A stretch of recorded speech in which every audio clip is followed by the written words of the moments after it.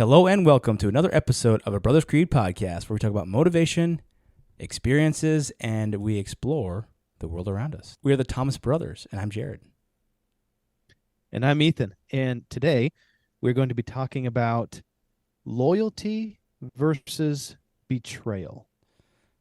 Kind of two opposites of the same coin. Right? We're going to define the two. This is kind of one of our attribute episodes, we call them. One of our creed building episodes. What can we learn from loyalty and what can we learn from betrayal? We're going to define them. We're going to dig into them a little bit. We're going to kind of look at some of the benefits of loyalty and tell some stories. And then we'll kind of dig in a little bit to maybe looking at some of the downfalls of loyalty. Or typically we think of betrayal as always being a negative thing, but are there some situations or some circumstances where betrayal might fit the situation? Yeah. I don't know. So let's get into it and let's find out. Let's do it.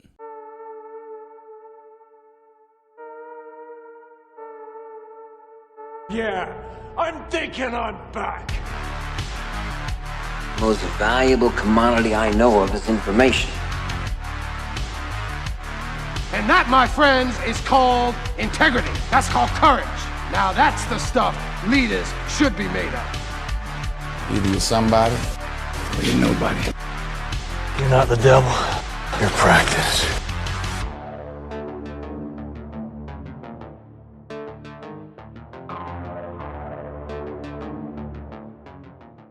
All right, so loyalty. This is such a highly revered virtue, I think. And I think that in many cases, people want to be loyal. I mean, they want to be loyal to their friends, to their family, to those that are loyal to them, to a cause. But I think in some cases, people could take advantage of loyalty. In many cases, loyalty is taken advantage of. One definition I saw of loyalty, it says, loyalty in general use is a devotion and faithfulness to a nation, cause, philosophy, country, group, or person.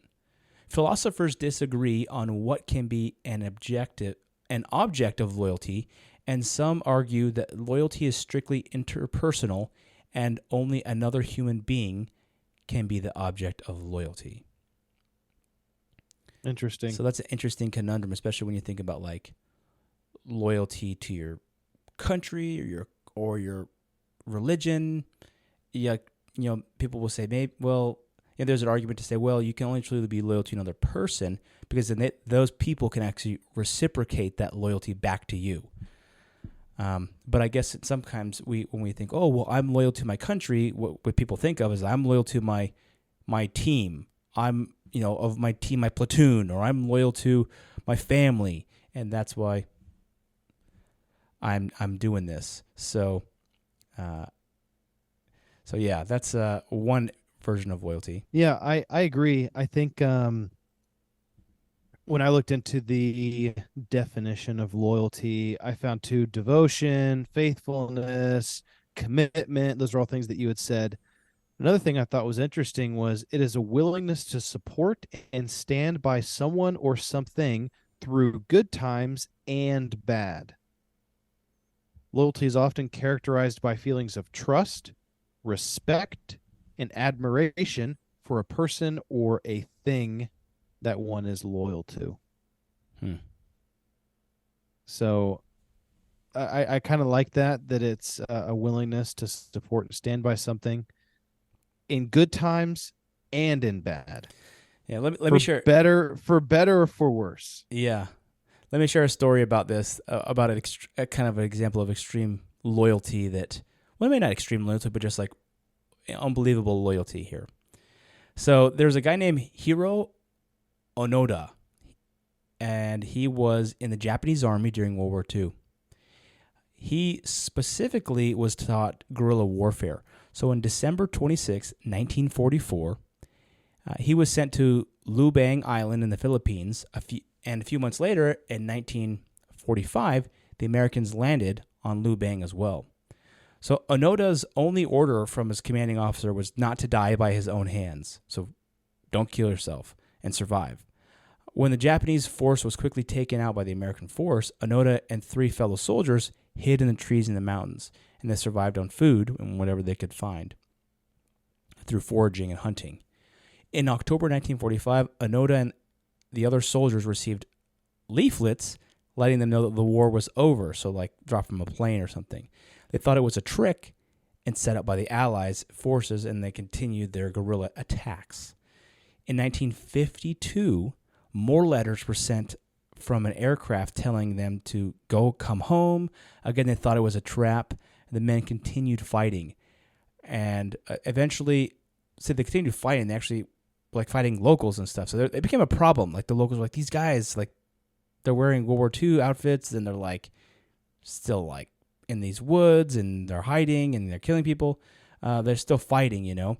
And one of them surrendered. One of them was killed. In 1972, Onoda was alone. So the Japanese eventually sent a search party to find Onoda, and it was unsuccessful because he was so good at hiding. So eventually, in February 20th, 1974, Onoda was found by a Japanese student. Even after this, Onoda refused to surrender. It was only after his commanding officer that told him, don't die by your own hands, flew out there and relieved him of his duty. And Onoda said, okay, you know. And so Onoda killed about 30 people during his fight, and he was pardoned by the Philippine president, and he actually received, this is the crazy part, not that he was out in the woods from 1940 to 1974, but he actually received pay for his work for the last 3 decades for the Chinese government. And he was honored as a hero in Japan. Can you believe that he was actually paid? So that part was like, the U.S. government would probably be like, okay, here's you can get some VA benefits. We'll put you at the bottom of the list of VA benefits. We're gonna take your VA benefits away. Never mind. Yeah, exactly. Oh, we're gonna need to claw back some of the money that you were given because the recruiter accidentally gave you too much money. Something. But anyway, I think this is a cool example of loyalty. I mean, he kept fighting. He didn't. He was just like, there's no way that my country would have lost this. We keep fighting, and he was out there. 1974 is when he came home. All those years. Pretty crazy, and I think that's an example of the loyalty to his country that he had, that he would just keep fighting.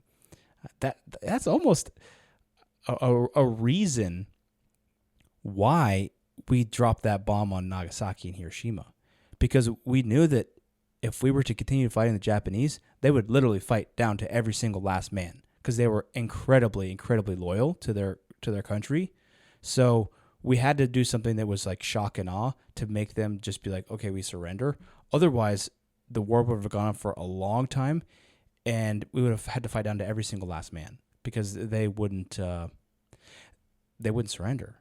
And that's why in many cases when the Americans would surrender and they would put in these camps, they were absolutely trashed as like dogs and below animals because they didn't have any loyalty to their country, because they weren't men, because they surrendered. So it was a very different mentality that they had and continue to have of loyalty to their country, to their cause.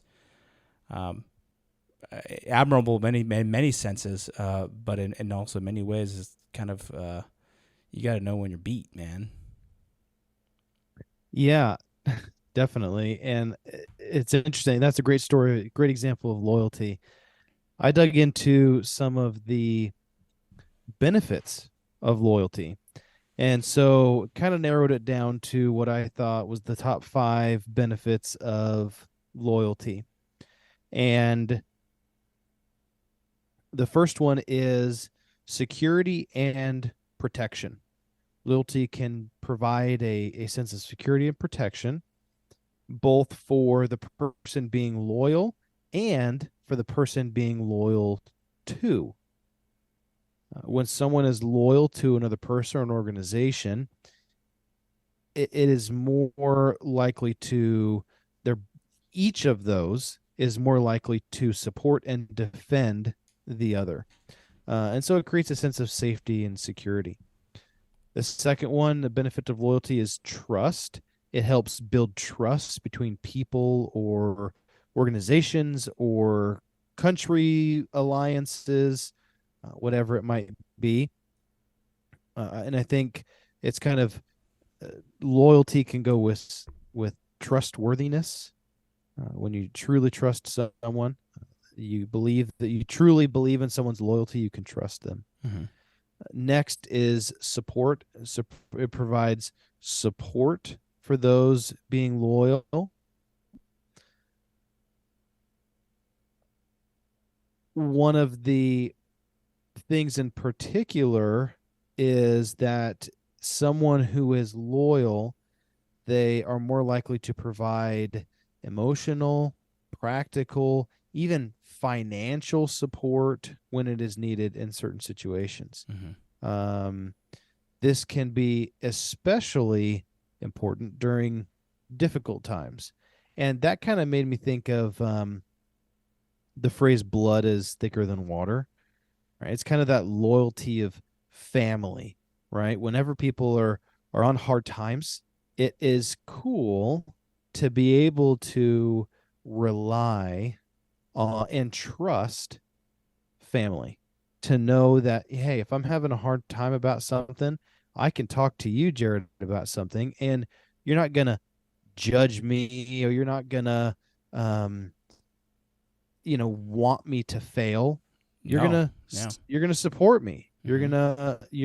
gonna I believe and I feel your loyalty to me because I know that you want the best for me. And I think that goes both ways. Loyal to the family, loyal to Yeah, I kind think, of our general cause. yeah, I think that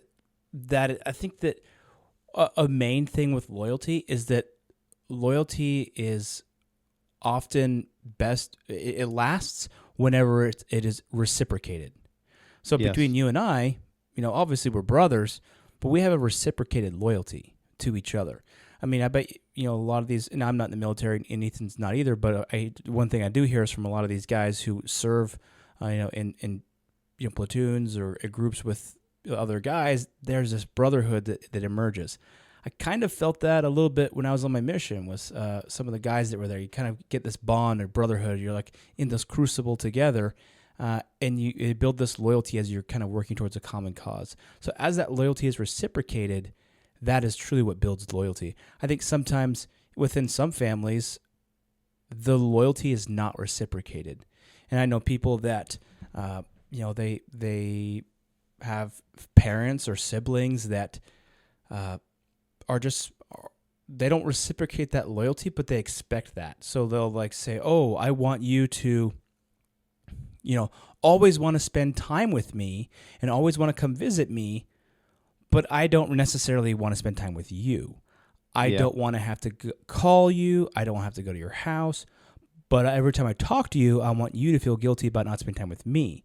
So there's a weird dynamic that sometimes exists where I think that even though those are families, I think that loyalty is given where loyalty is reciprocated. And I think that is probably, in my opinion, I think more important than I think that should exist within families, but it can certainly exist outside of that. And in many cases, people have issues with some of their family or whatever to where it's like, hey, this person's not reciprocating any loyalty to me, so my loyalty is in vain. And that's kind of where we talk about loyalty going too far and how you get taken advantage of. Yeah, and I think there's an interesting aspect to loyalty as well, in the sense of, right, there's different levels of loyalty, right? For example, Yeah. you and I are loyal to each other, and we reciprocate that. Mm-hmm. But I would expect that you would probably be more loyal, or the loyalty is deeper to your wife or in your family, like your immediate family.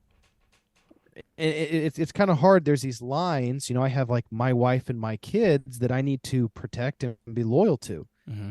But then I have this, that's my family. But then I have this outside family, which are my, brother and sisters and parents that I would expect that I want to be loyal to as well.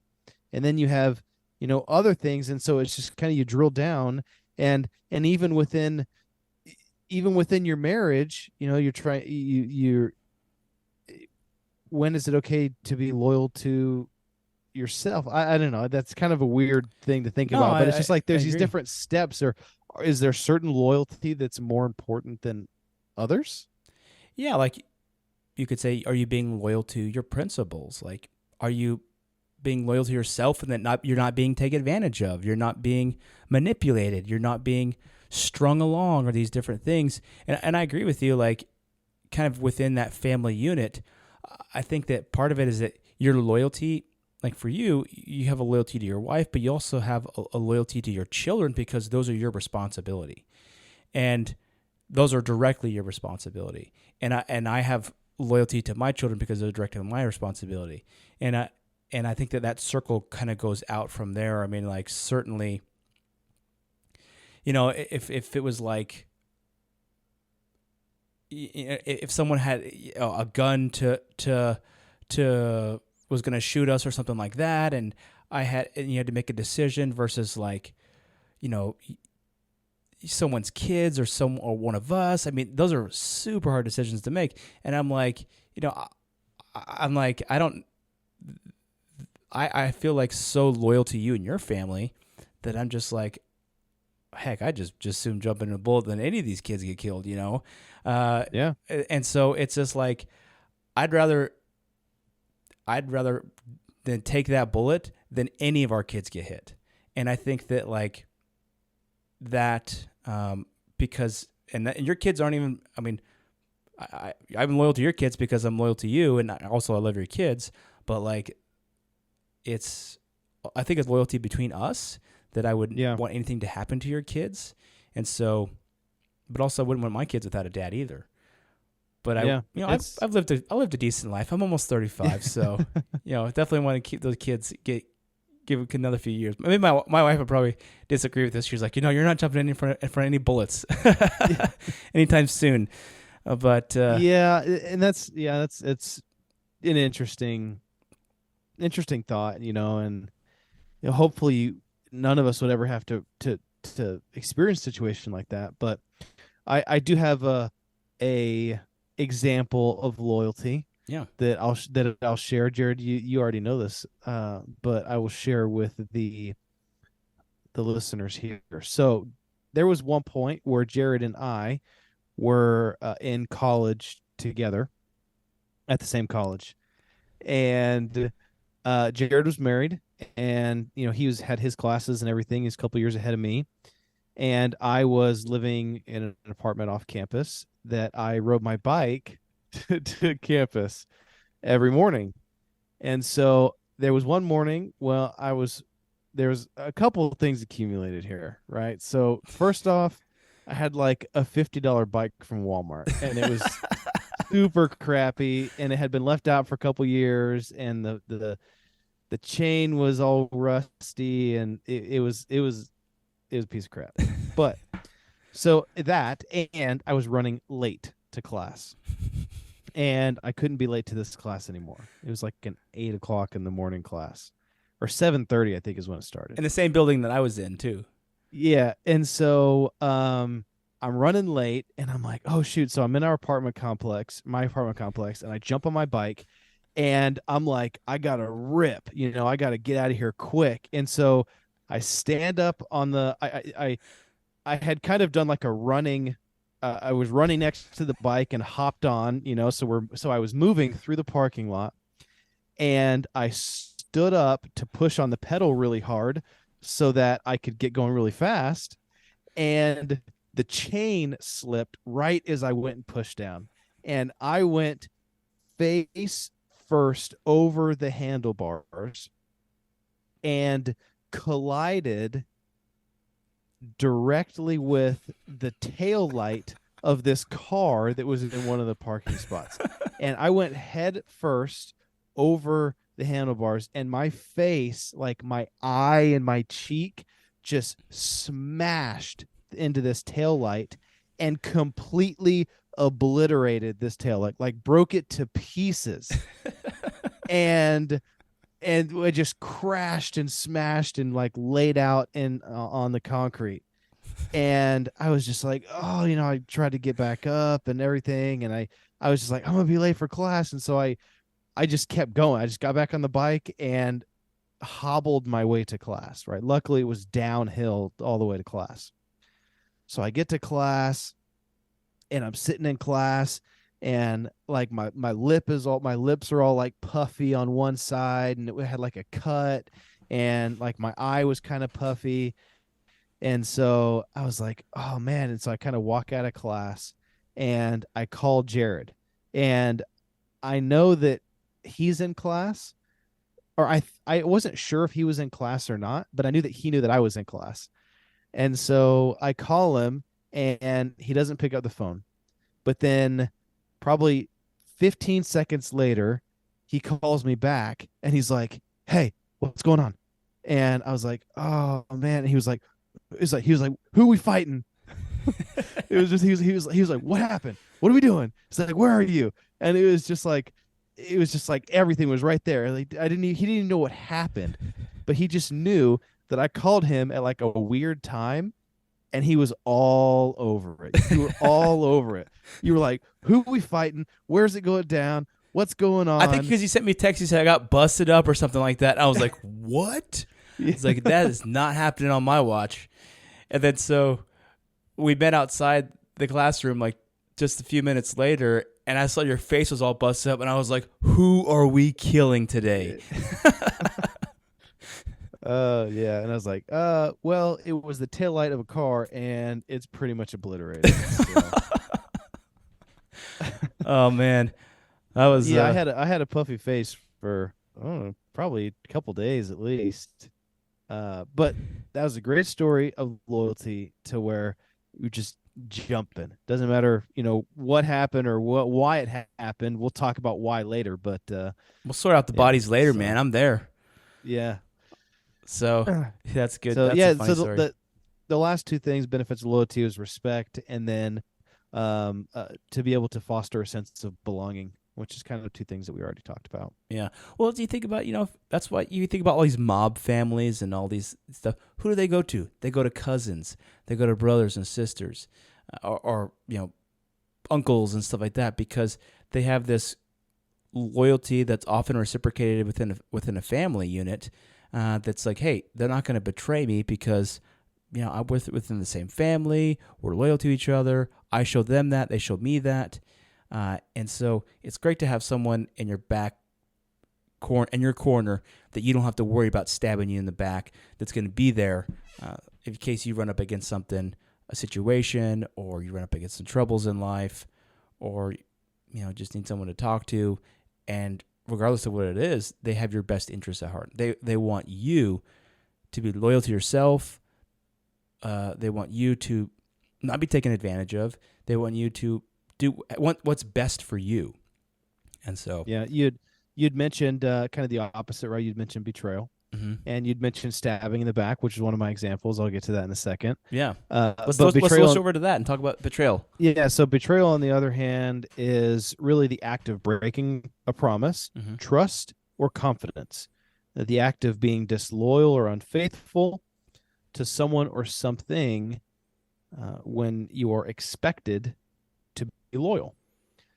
So it can be very hurtful, harmful, damaging. A breach of trust can often, ruin a relationship. So I would say in both of these examples, relationships were definitely ruined because of, well, maybe one more so than the other, but because of betrayal. So my first example, and Jared, you actually did in one of our episodes a whole explanation of this, but the betrayal of Brutus against Julius Caesar.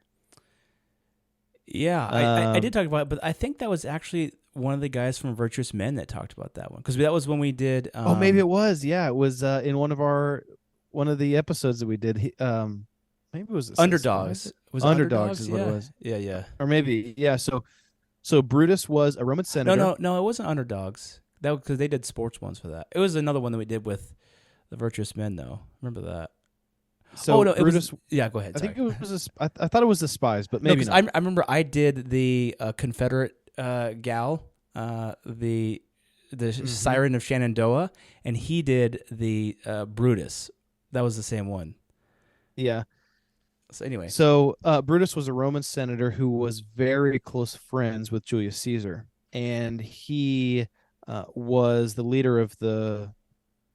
Julius Caesar was the leader of the Roman Republic at the time. However, despite this friendship, Brutus ultimately betrayed Caesar by taking part in a massive conspiracy to assassinate him. The conspiracy was led by a group of senators. They were concerned about Caesar's increasing power and the political threat that it posed to the Roman Republic. And so the assassination of Caesar took place, and the story is that Brutus, even being one of the best friends of Caesar, took part in the assassination. And that's kind of the ultimate act of betrayal, right? And then the famous words, whether Caesar actually said them or not, was what "Et tu, Brutus," was just kind of like, "You too, like you betrayed me also, my friend." Yeah. So that's a massive one. And then another example of betrayal is the story and the betrayal of Judas Iscariot to Christ. Oh yeah. When he was one of Jesus's 12 apostles, he was entrusted with the responsibility of managing all of the finances for the group, for the apostles. And he had a very close relationship with Christ. But regardless of this despite this relationship, Judas ultimately betrayed Christ and gave him up for financial gain. Yeah. So 2 examples of what I think that sometimes I have a few examples of when loyalty, maybe it's best to abandon loyalty and to betray. For example, someone in a toxic marriage. If you are having to compromise who you are and to yourself, staying loyal to a spouse that is, maybe abusive, emotionally manipulative, or just in whatever way is not good for you. That being loyal is not serving you. It's not serving them either. So sometimes people, they're just really nice. I'll just continue to be loyal because that's a noble virtue. Yeah, but you're being walked on, and that loyalty is not being reciprocated. Another thing, a couple of other examples I thought of was like people who are caught up in an MLM company or scam. They're like, oh, I'm loyal to this company. Some of these companies, man, they treat their CEOs and founders like cult leaders. And a lot of these people, did you watch that documentary on Lululemon? LuLaRoe? Or that's what I meant. LuLaRoe. Oh yeah. I watched that one. And Herbalife. I mean, there's countless ones like that where honestly, a company that I used to work for, they treat the founder like a god. I mean, they're literally like, oh my gosh, I love this guy. He's so amazing. And this is like, you guys know that you're being taken advantage of here, right? So sometimes it's good to break it with that. Also, if you're working for a bad company or a bad boss, if you're working at Enron and you're being told to hide accounts and all this kind of stuff, does loyalty to Enron matter? Is that sacrificing your personal values? Yeah, exactly. You're not being loyal to yourself. What about loyalty to a corrupt government? What if you're the guard at Auschwitz?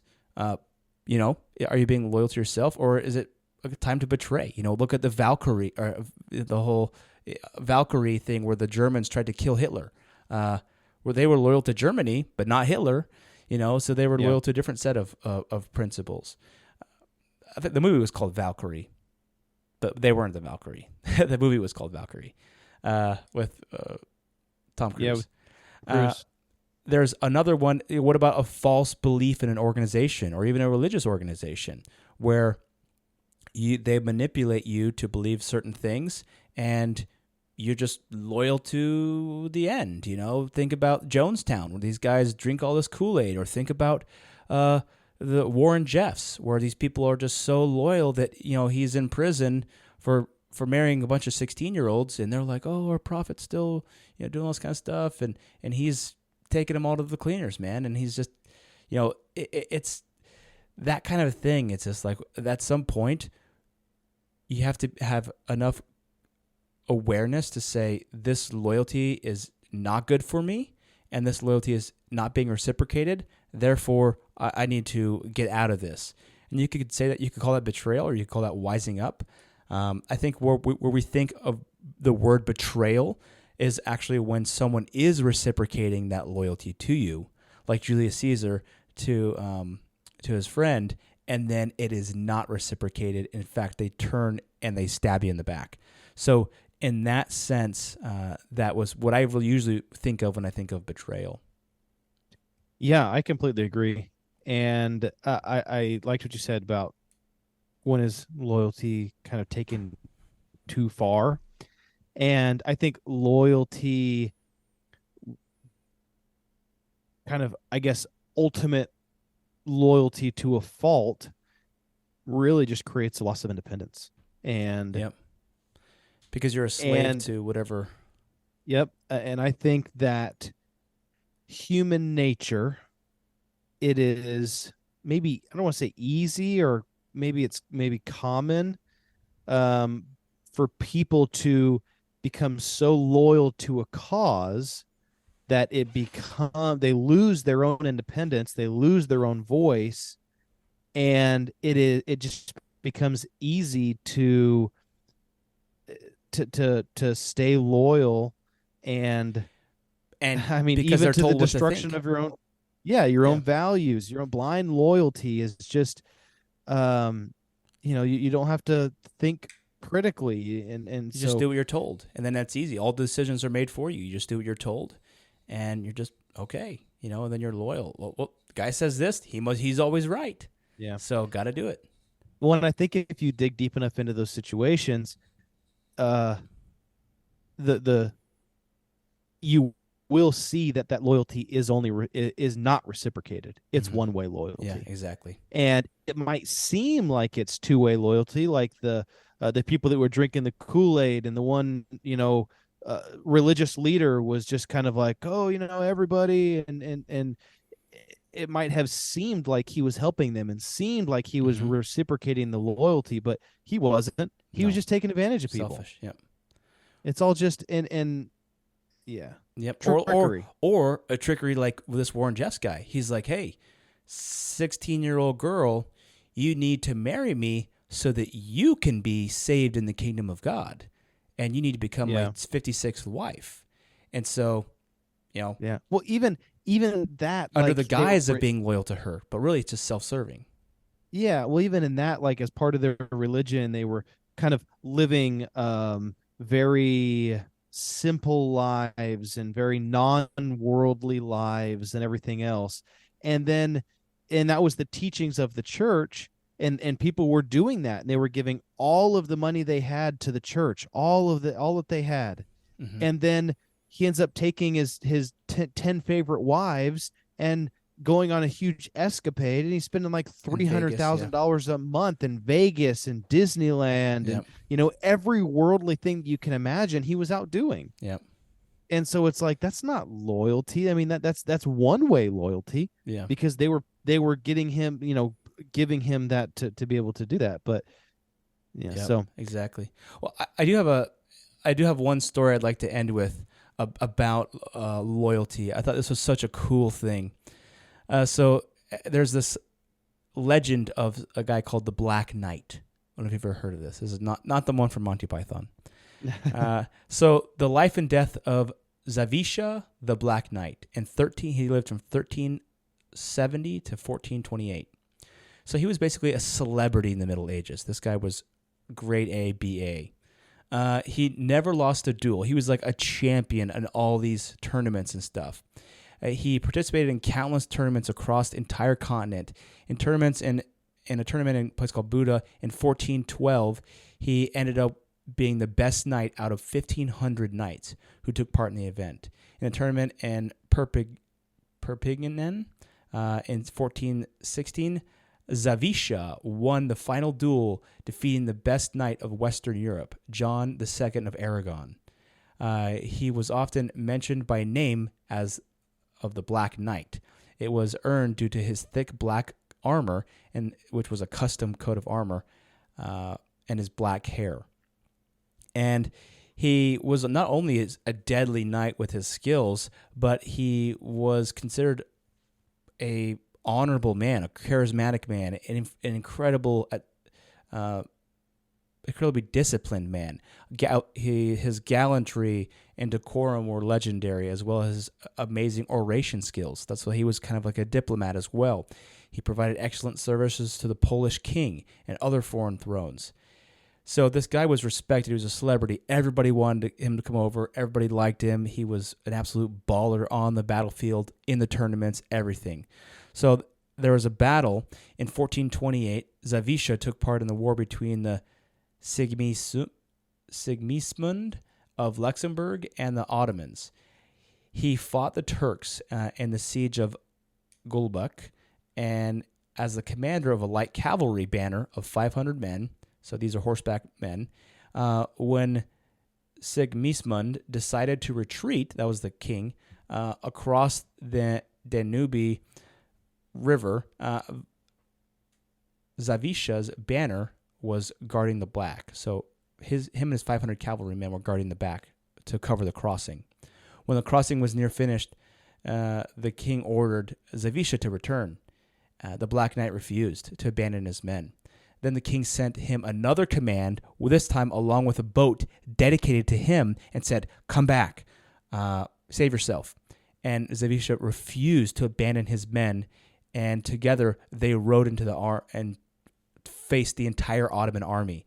And the story goes that he was the last man standing, and they shot his horse, and they had to capture him with nets just to kill him.